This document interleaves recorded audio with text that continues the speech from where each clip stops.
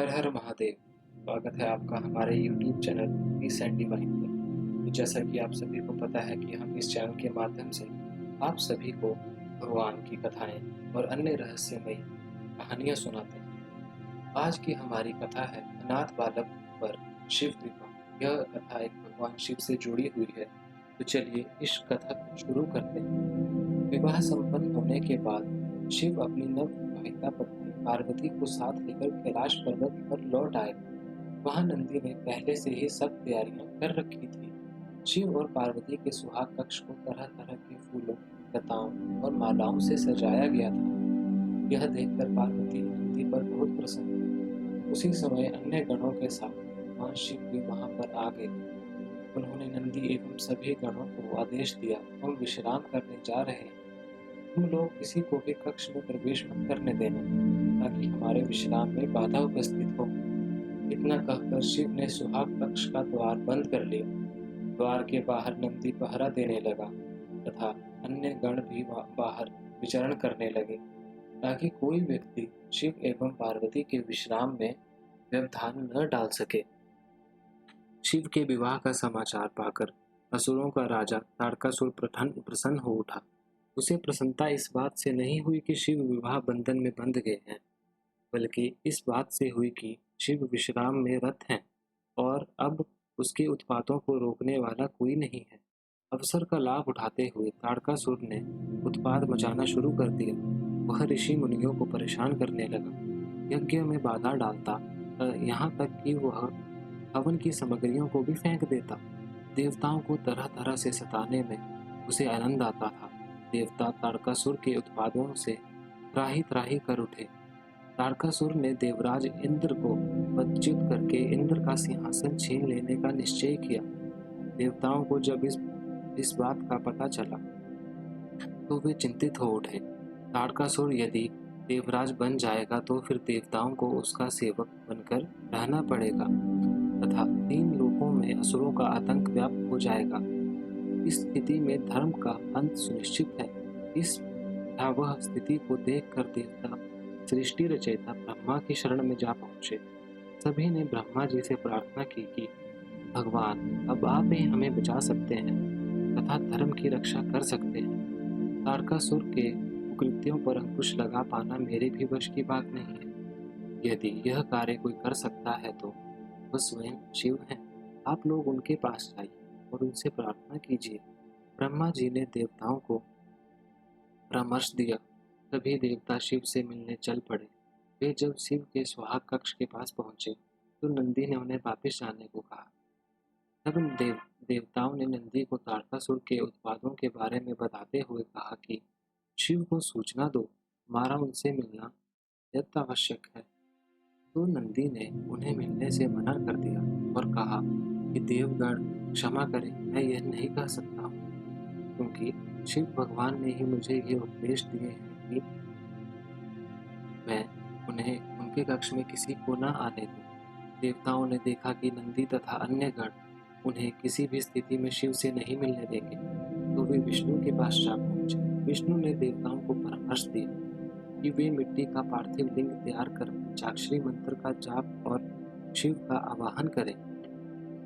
देवताओं ने मिट्टी से पार्थिव लिंग तैयार किया और हर हर महादेव का उच्चारण करते हुए वे पंचाक्षरी मंत्र का जाप करने लगे। देवताओं के जाप का स्तर शिव के सुहाग कक्ष तक पहुंचा। शिव ने जैसे ही अपने नाम का उच्चारण सुना तो वे व्याकुल हो उठे। शिव की व्याकुलता देख पार्वती ने पूछा, प्रभु क्या हुआ, आप अचानक व्याकुल क्यों हो उठे? भगवान शिव ने कहा, मेरे भक्त मुझे बुला रहे हैं। पार्वती ने पूछा, कौन है ये भक्त, क्या अभी तत्काल जाना आवश्यक है? शिव ने कहा, ये सभी भक्त देवगण हैं जो संभवतः किसी संकट से घिर गए हैं और इसलिए पंचाक्षरी मंत्र का जाप करते हुए मेरा स्मरण कर रहे हैं।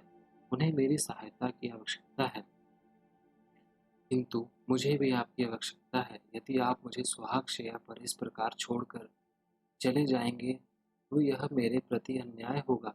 मैंने सुना है कि आप किसी के प्रति अन्याय नहीं करते। पार्वती ने नारी सुलभ उत्तर करते हुए कहा। पार्वती की बात सुनकर शिव सोच में पड़ गए। यह धर्म संकट की स्थिति थी। यदि मैं देवताओं के पास नहीं जाता हूँ तो शरणागत की रक्षा न करने का दोषी बनूंगा, और यदि पार्वती को छोड़कर जाता हूँ तो पति धर्म से विमुख होने का। अतः मैं शिव ने कुछ निश्चय किया और वे कक्ष से बाहर चले गए। देवताओं ने शिव को देखा तो वे प्रसन्न होकर शिव की जय जयकार उठे। शिव ने देवताओं से पूछा, देवगण बताइए, आप लोग मुझे क्यों पुकारे? देवताओं ने शिव से प्रार्थना की, प्रभु तारकासुर के उत्पातों ने हमारा जीवन दुर्लभ कर दिया है, कृपया कर आप मिलकर उनका संहार करें। शिव असमर्था व्यक्त करते हुए बोले, मैं तो अभी आप लोगों के साथ नहीं चल सकता हूँ, आप लोग भी कोई अन्य उपाय सोचें। यह सुनकर देवतागण सोच में पड़ गए। उन्होंने मन ही मन विष्णु को स्मरण किया। विष्णु ने उन्हें समझाया कि यदि शिव स्वयं नहीं जा सकते तो वे एक पुत्र की सृष्टि करें तथा उसे ताड़कासुर का वध करने के लिए भेज दें। देवताओं ने शिव से ऐसा ही निवेदन किया। शिव भक्तों की बात भला कैसे टालते। उन्होंने तत्काल अपना वीर्य अग्निकुंड में छोड़ दिया। उस वीर्य से एक बालक का जन्म हुआ। ब्रह्मा ने स्वयं प्रकट होकर उस बालक की कुंडली बनाई तथा उस बालक का नामकरण किया कुमार स्वामी। इसने कालांतर में असुरों का वध कर देवताओं को संकट से मुक्ति दिलाई।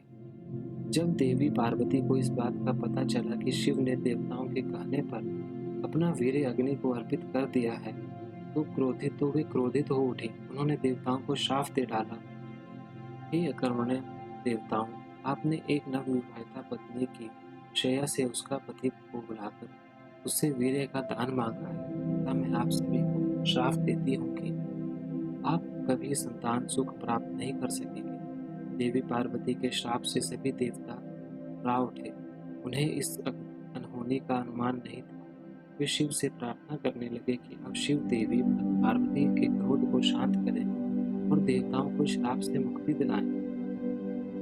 शिव ने देवताओं से कहा, मैं इस संबंध में कुछ नहीं कर सकता। इसके लिए आपको देवी पार्वती की पूजा अर्चना करके उन्हें प्रसन्न करना होगा।